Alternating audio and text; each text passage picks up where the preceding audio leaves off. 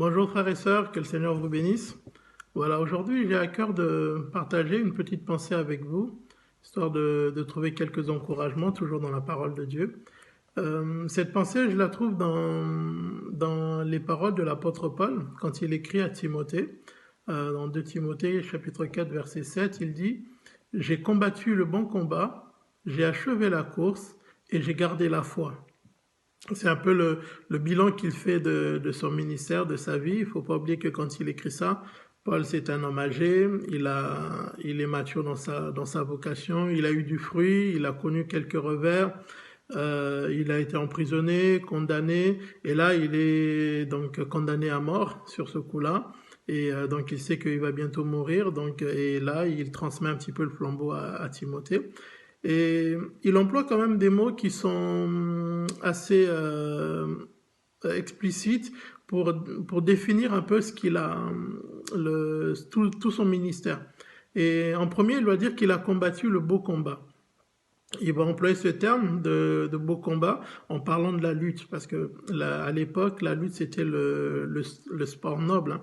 C'était vraiment quelque chose qui était très apprécié et tout ça.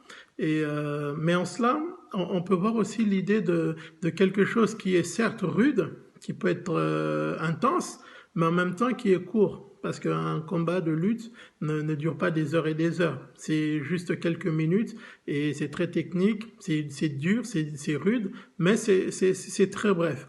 Et dans sa vie, on peut voir aussi qu'il a eu des combats comme ça, Paul, parfois à défendre l'évangile contre des hérésies, contre les faux enseignements, contre la religiosité, défendre la foi contre la religiosité, des choses comme ça. Et on peut se dire aussi qu'en tant que chrétien, oui, c'est vrai qu'il y a des combats aussi dans notre vie qui peuvent s'apparenter à de la lutte. Je pense par exemple à des oppositions auxquelles on doit faire face parfois dans notre entourage, la méchanceté, parfois des épreuves, des difficultés. Voilà, donc chacun d'entre nous dans notre vie de foi, nous sommes confrontés à des moments qui s'apparentent à des combats de lutte, qui sont intenses, certes brèves, mais vraiment intenses. Et dans ces combats-là, le Seigneur nous assure la victoire. Donc c'est normal pour un enfant de Dieu de connaître parfois ces moments de combat, ces moments de difficulté, d'opposition comme ça qui arrivent. Et bien souvent, ce sont des choses qui sont extérieures à nous, auxquelles nous sommes confrontés. Et l'apôtre Paul dit que c'est normal. En tout cas, lui, il a eu à combattre tout cela et il en tire plutôt un bilan positif pour sa vie. Ensuite, il va continuer en disant que lui, il a achevé la course. Donc, ça veut dire qu'il a franchi la ligne d'arrivée. Et ça, quand on se projette sur une image de course, on a plutôt, on a l'image de quelque chose qui est un peu plus dans le temps. Parce que la course demande beaucoup d'endurance. Ça demande de la persévérance, ça demande de la constance, ça demande d'avoir un esprit fort, être résolu dans son cœur. Et ça, si je transpose là à la vie du chrétien, c'est plutôt les combats qui sont intérieurs.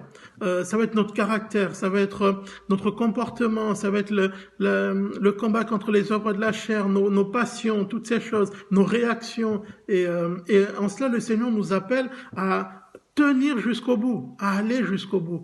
Et là aussi, il dit qu'il a franchi la ligne d'arrivée. Et je crois que pour chaque enfant de Dieu, même dans ces courses, dans ces luttes de longue haleine, il y a la victoire de Dieu qui nous est assurée. Alors ne perdons pas courage parfois lorsqu'on a l'impression qu'on a des habitudes qui ne veulent pas changer, on a des choses qui persistent et puis des combats qui durent comme ça dans le temps, vous savez, des années et des années. Vous savez, ici, je reprends l'image de Paul quand il parle de la course. Il faut bien comprendre que c'est quelque chose qui a commencé depuis sa conversion à Damas jusqu'à la prison où il est dans une ville de l'actuelle Turquie où il sera décapité. Donc c'est toute l'histoire de sa vie au final. Donc nous aussi en tant qu'enfants de Dieu, nous avons des courses à gagner. Et ensuite, il dit « j'ai gardé la foi ».